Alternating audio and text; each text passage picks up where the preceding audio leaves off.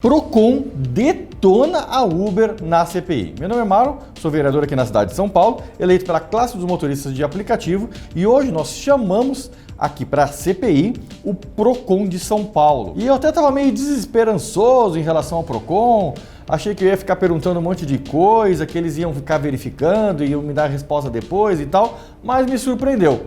Vieram preparados e com números, com denúncias que realmente detonam a Uber. Como, por exemplo, a multa do Procon do Rio de Janeiro em 8 milhões na Uber por cancelamento. Na verdade, muitos passageiros reclamaram no Procon sobre os cancelamentos. E foi ótimo que o Procon multou a Uber por isso. Porque a gente sabe que o motorista cancela porque não vale a pena. O motorista olha a tela, verifica que não faz sentido aquele valor pago por aquela corrida e cancela. E tá certo o motorista fazer isso. E tá certo o Procon em multar a Uber por isso. A Uber podia ter gasto esses 8 milhões no motorista, mas teve que pagar pro Procon. Ou seja, ela gastou do mesmo jeito. Agora o que a Uber tem que fazer para não pagar mais 8 milhões pro Procon é aumentar a tarifa pro motorista. Se você gosta disso, já deixa o gostei aqui embaixo do vídeo. Verifique a sua inscrição e ative o sininho para não perder nenhum vídeo novo. E aí um ponto que eu peguei com o Procon foi como que a Uber tá cadastrada lá no Procon. Ela está cadastrada como uma empresa de tecnologia, como a Uber se diz ser, ou ela está cadastrada como uma empresa de transporte? E a resposta do Procon foi de bate-pronto. Está cadastrada como uma empresa de transporte. E de verdade, eu, Marlon, gosto realmente quando a Uber é reconhecida como uma empresa de transporte, porque assim torna ela responsável pelo serviço de transporte e, por consequência, por pagar bem o motorista. Ela finge que é uma empresa de tecnologia para poder abusar dos motoristas e abusa também dos passageiros, mas ela se finge de empresa de tecnologia para poder ter essa liberdade de abuso, enquanto na verdade ela é uma empresa de transporte que usa a tecnologia. É diferente. Quando o transporte é bom, quando o transporte é bonitinho, ela diz: olha, eu sou a Uber, eu presto um excelente transporte. Quando der alguma coisa errada, ela diz: é com o motorista. Pode uma coisa dessa? Não pode, né? E eu perguntei também se existiam muitas reclamações de motoristas no Procon. O representante falou que existem muito mais de passageiros do que motoristas, mas que tem aparecido reclamações de motoristas, principalmente que foram banidos ou que não receberam o valor exato pela corrida. E isso é bom que já tem alguns motoristas indo no Procon reclamar. E agora eu vou iniciar uma campanha. Eu quero que você vá lá no site do Procon do seu estado e também faça reclamação. Se você foi banido, reclame do banimento lá no Procon. É importante você fazer isso. Se a Uber não te pagou uma corrida ou se a Uber pagou errado o valor de uma corrida, reclama no Procon. O Procon ele serve muito bem para acumular reclamações e dar uma multa para a empresa. E a gente sabe, quando pega no bolso da empresa, pega no bolso da Uber, aí sim ela vai mudar o comportamento dela, pelo menos é o que se espera, porque ela não vai ficar pagando multa o tempo todo. Na CPI a gente está correndo por diversos caminhos. Ministério Público, Justiça do Trabalho e Procon é um desses caminhos também. Vou deixar aqui embaixo no vídeo, no comentário fixado, o site do Procon do Estado de São Paulo. Vai lá, entre, faça a reclamação. A reclamação que você quiser fazer. A Uber não pagou pedágio, a Uber não pagou a corrida direito, a Uber me descontou um valor. Faça a reclamação. Vamos entupir a Uber de reclamação no Procon. Se você é de outro estado, acesse o Procon do seu estado e também faça a reclamação. Veja agora como foi a declaração do Procon na CPI. E vejo você num próximo vídeo. Valeu. Obrigado, presidente. Bom dia, Rodrigo. Bom dia. Tem algumas perguntinhas em relação ao Procon, principalmente, na verdade, exclusivamente, da empresa Uber. Pois não. Vi que você meio que se preparou com algumas respostas aí, já está mais ou menos sabendo. Uhum. Então, uma dúvida, eu vi que o Procon, em março, atuou a Uber em 2 motivos. Tá. Primeiro motivo, que a Uber não disponibiliza no seu site informações relacionadas à identificação da empresa. Sim. E em segundo, que ela cobra serviços que não foram prestados e ao restituir os valores indevidamente cobrados, ela não fez em dobro, conforme prevê o Código de Defesa do Consumidor. Primeira pergunta, essa autuação ela foi monetária, uma multa ou de alguma outra forma? E como que a Uber se posicionou diante dessa situação, dessa autuação? Ótimo. Nós, só voltando ao começo, nós no Procon somos divididos em 6 diretorias. A diretoria de fiscalização é uma delas, além dessa que eu represento, que é a de atendimento e orientação ao consumidor. eu não consigo afirmar para o senhor qual foi esse procedimento. Eu não tenho exatamente, prefiro aqui não arriscar uma resposta que não seja precisa e exata como o senhor busca, vereador. Mas também são dados que a gente pode encaminhar a posterior. Eu gostaria de entender como que a Uber se posicionou diante dessa autuação. Esse é o objetivo. Então, se eu também posso questionar isso. puder enviar para a gente depois, dentro de um prazo de 10 dias. Sem dúvida. A gente apreciaria bastante. O auto de infração da Uber. E a gente no Rio de Janeiro, no PROCON do Rio de Janeiro, sim. Desculpa, teve uma condenação condenando a Uber a 8 milhões pelo excesso dos cancelamentos. Certo. A primeira pergunta é, vocês concordam com esse tipo de autuação? Veja, a conduta cancelamento ela tem esses desdobramentos que eu apontei aqui para essa comissão, né? Cancelamento é uma má prestação do serviço, responsabilidade solidária de quem cancela e de quem presta o serviço, que é a empresa. Há um entendimento, sim, eu não sei agora dos valores, não conheço a política de aplicação de multas do Rio de Janeiro, mas há um entendimento nosso no sentido que o cancelamento, sim, é motivo para a atuação. Claro, depois do processo, depois das defesas e devidamente apurado, né? Mas o entendimento é, sim, que cancelamento é uma má prestação de serviço. Objeto de multa, claro. Vocês sabem por que esse excesso de cancelamento ocorre? Não, a empresa justifica que é uma política que o motorista ele tem liberdade para realizar, então ele, de alguma maneira, toma essa decisão e cancela a corrida. Então, ela atribui ao motorista essa liberalidade. E como vocês veem isso? Má prestação de serviço da Uber. Da empresa. Da empresa. Entendi. O motorista não vou... Ele é solidário, mas a individualização da pena não é a empresa. Né? Na consolidação do direito ali, a empresa é ela que é a prestadora do serviço. Né? Ela tem alguém ali que executa, mas ela que propicia, né? Ela que permite e ela que se colocou ao mercado para prestar esse serviço. Perfeito. Na verdade, os motoristas cancelam justamente porque não compensa financeiramente fazer as devidas corridas, né? Então, a Uber joga a responsabilidade ali no PROCON para o motorista, mas aqui na verdade não compensa. E quando ele vê que vai ganhar R$5 para andar o que não paga nem um litro de gasolina, né? Então ele cancela aquela corrida, porque não compensa. De uma certa forma, até acho plausível essas multas, porque pressionam o aplicativo a outra política. Pagar melhor o motorista para poder que não tenha os cancelamentos, né? Ela que concordo que ela que tem que evitar esses cancelamentos. Sim.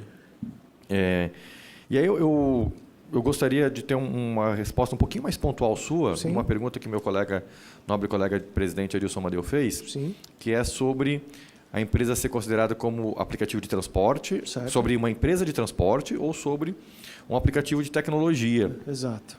Você respondeu que seria como prestação de serviço. Então, seria uma empresa de prestação de serviço de transporte? Eles estão enquadrados como tecnologia, né? Mas o enquadramento do PROCON ele está em transporte. Ele é enquadrado como transporte. No PROCON ele está como transporte? Uma prestadora de serviço de transportes. Entendi. Né? Ainda quando, por exemplo, quando ainda existia ali a Uber Eats e o Uber Transporte de Pessoas, é uma empresa só, é uma reclamação só, é um número só. Ele é consolidado numa única prestação de serviço, que é aquela que é classificada pelo sistema como empresa de transporte. É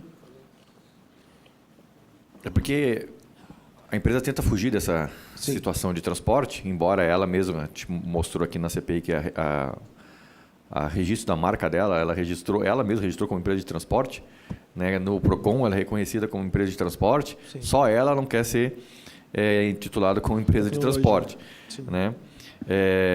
Você sabe se nessa autuação que aconteceu lá no Rio de Janeiro, eu sei que está fora do estado, mas sabe se a Uber informou se está buscando melhorar as tarifas dos motoristas para que não tenha esse número excessivo de cancelamentos? Não tenho essa informação, vereador. Não tem informação? Não consigo saber isso. Nesse momento, eu não consigo informar para o senhor. Perfeito. Já que estamos falando do Rio de Janeiro, sim, o PROCON do Rio também autuou o Uber por algumas mudanças na plataforma, né? Certo. Como, por exemplo, mostrar o preço e destino para o motorista. O órgão de São Paulo concorda com essa autuação? Olha, novamente, né, a gente precisa entender o processo todo, que às vezes essa linha que sai, ela não é suficiente para uma análise. O direito, sempre na ponta você vai ter o consumidor e como que ele é afetado em qualquer uma das ações e de qualquer uma das posturas, né? O direito à informação é para o consumidor. Ele precisa saber o trecho, o valor, todos os dados que ele precisa ter. A política que a empresa às vezes adota ao seu parceiro, né, que é um objeto também de recente estudo do Procon, é enxergar se essa conduta de todas as plataformas do seu parceiro não reflete no serviço prestado ao consumidor, seja em preço ou na qualidade do serviço. Então, nesse aspecto, é algo que possa refletir, por exemplo, no cancelamento, e aí sim ele pode ser que ele tenha um reflexo dessa informação ao motorista no cancelamento da sua corrida. Pode ser. Então, porque o motorista, na verdade, antigamente ele não recebia essa informação, né? O que acelerava muito mais o vínculo empregatício, que a gente bate muito nessa tecla também nessa CPI. Certo. Então, a Uber recentemente liberou para os motoristas o valor que o motorista iria ganhar por aquela corrida e o destino para onde ele estava, o passageiro quer ir, né? Justamente para que o motorista tenha essa opção de poder recusar aquela oferta de trabalho, né? Considerando que a empresa mesmo se intitula como um aplicativo de intermediação, um aplicativo de tecnologia. Certo. Mas o motorista, entende-se que o motorista tem essa autonomia para poder, enfim, decidir. Então, se o Rio de Janeiro, por exemplo, está multando porque a Uber está mostrando uma ferramenta que auxilia o motorista, parece um pouco estranho. Esse que eu quero dizer, porque no momento que... talvez seja porque reconhece como serviço de transporte, enfim, mas queria entender um pouquinho o seu... Claro, o que nós também começamos a olhar é a relação da plataforma com o parceiro, né? Porque muitas vezes o Procon, o olhar dele é para o consumidor que está na ponta, e nós começamos a perceber que essa relação, por motivos como esse que o senhor disse agora, podem sim ter um reflexo. Então, nós começamos a questionar, por exemplo, um dos aplicativos de entrega de comida, não vou arriscar o nome da empresa agora, nós perguntamos justamente qual que era a relação dele com o entregador, né? Qual que era o critério, qual que era a forma, qual que era a política, né? E aí nos parece uma informação mais restrita, uma informação um pouco mais menos detalhada do que aquela que tem acesso ao consumidor. Nada que nos impede de ter essas informações, claro, né? Mas ainda parece que a relação das plataformas, no geral, com os parceiros, ela ainda não é transparente, clara o suficiente, e isso pode ter um reflexo no consumidor.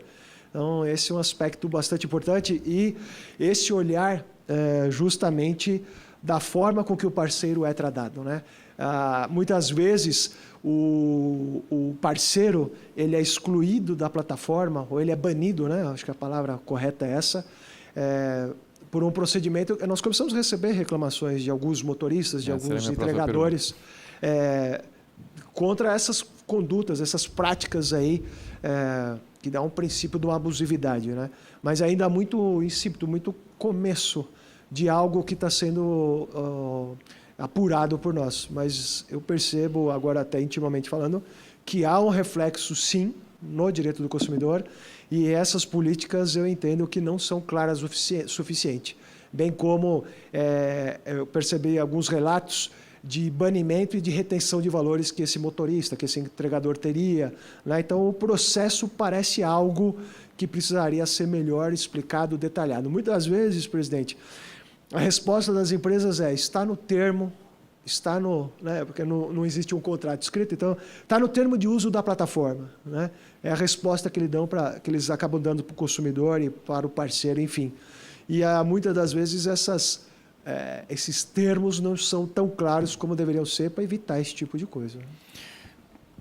Vou tentar resumir aqui em nome dos colegas o que eu acabei de ouvir do Dr. Rodrigo, do Procon, que as plataformas não são claras nem transparentes com os parceiros né? Isso é grave, na minha opinião, né? Gerando banimentos, né?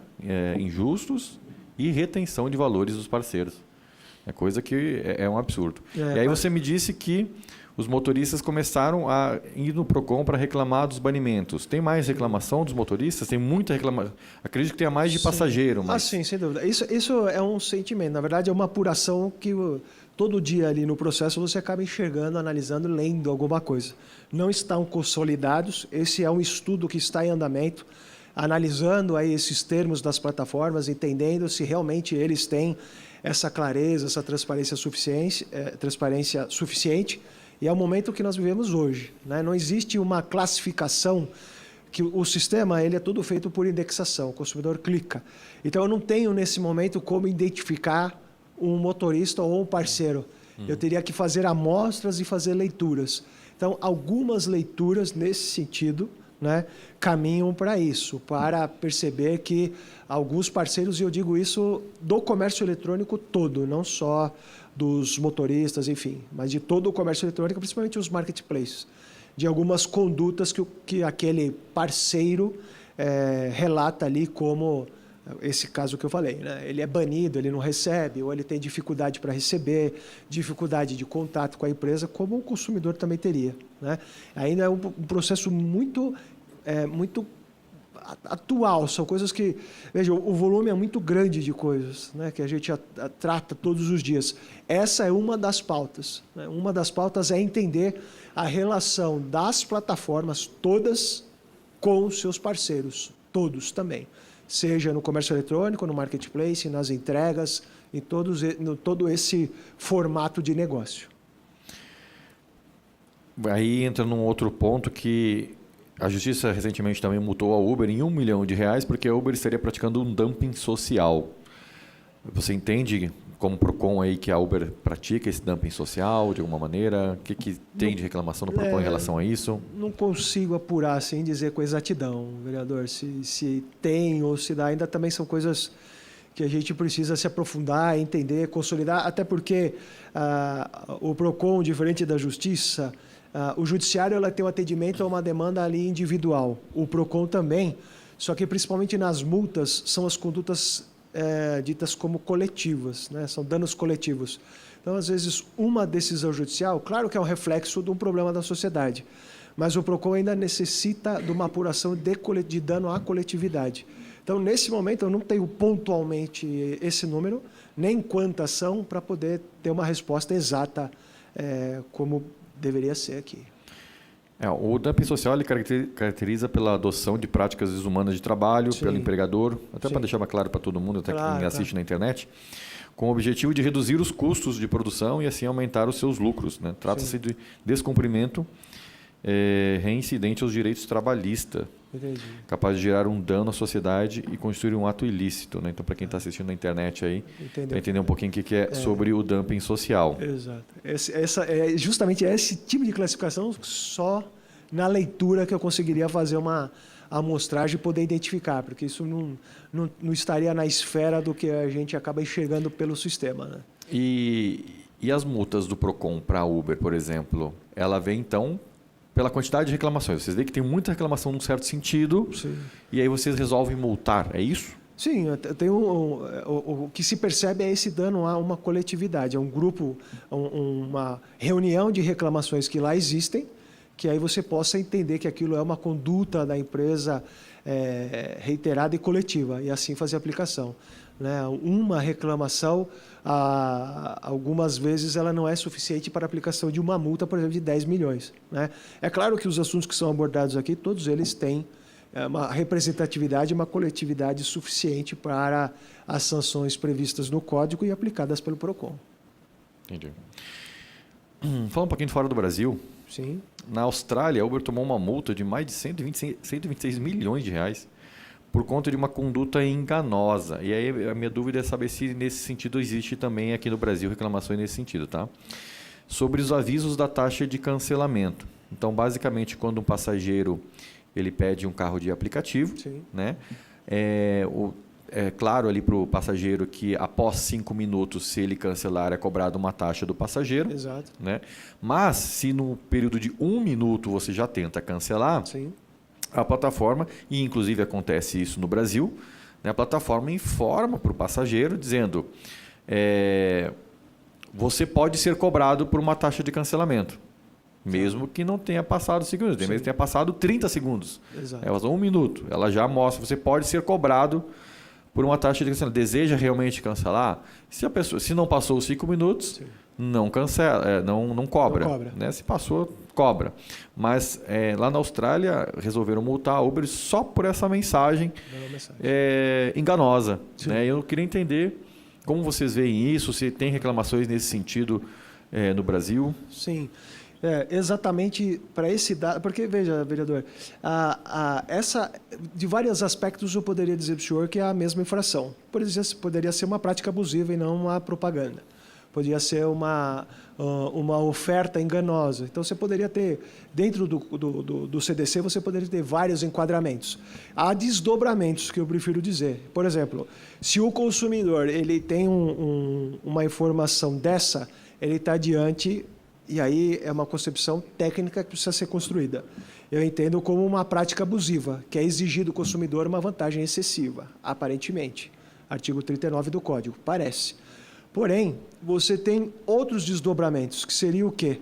O consumidor que, ao sofrer esse tipo de conduta, ou mesmo ser cobrado pelo período inferior a 5, ele não consegue atendimento. Quando ele consegue o atendimento, a empresa às vezes responde algo totalmente diverso do que ele pediu.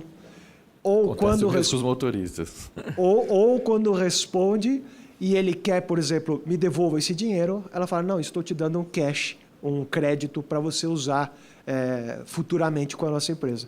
Então, o enquadramento ele poderia ser de várias maneiras. Eu conheço a legislação do país que o senhor disse, claro, há possibilidade do enquadramento por essa conduta que o senhor falou, assim como outras também.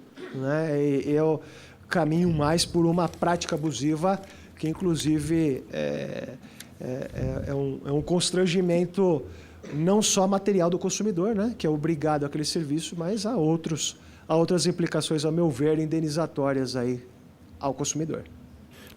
Só deixa eu rapidinho.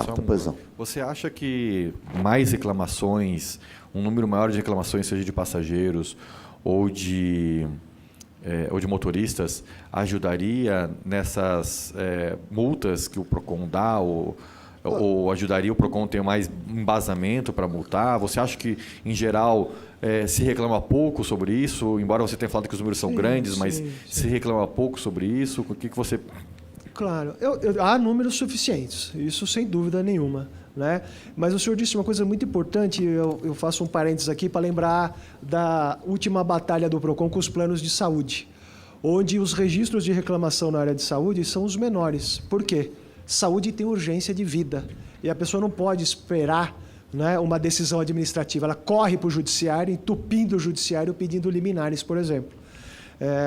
Então, obrigado. Existe esse aspecto que deve ser levado em consideração. E aí, o que aconteceu naquele momento? Nós fizemos uma campanha para que as pessoas reclamassem no PROCON.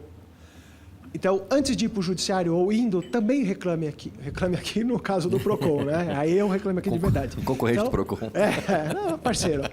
Então, na verdade, quando isso que o senhor diz é muito importante, que apesar de que nós temos números, sempre há delitos, sempre há condutas, às vezes um pouco diversa, e um caminho para que está seguindo o problema. Então, os registros que eu tenho podem ser que hoje comece registres com outro modus operandi da empresa. Então, é muito importante. E do plano de saúde, quando as pessoas começaram a reclamar, houve uma explosão de reclamações. Nós conseguimos identificar, até porque a reclamação traz idade do consumidor, traz o CEP, a gente consegue saber exatamente qual o consumidor que está sofrendo. Então, não é necessário, não precisaríamos de mais reclamações, mas elas são sempre bem-vindas. Como o senhor disse, vereador, principalmente esses motoristas que, de alguma maneira, têm esse problema com a plataforma, que também né, usem do Procon. Apesar dele ser um parceiro e dito um fornecedor, ainda assim, né, a gente aprende na prática que o STJ já entendeu, né, que pela teoria mitigada, que esse motorista ele seria um consumidor da plataforma também.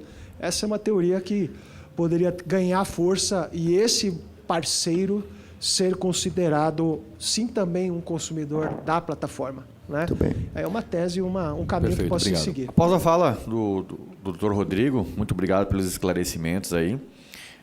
Entendemos que cabe aí também aos motoristas de aplicativo fazer a utilização do Procon, né?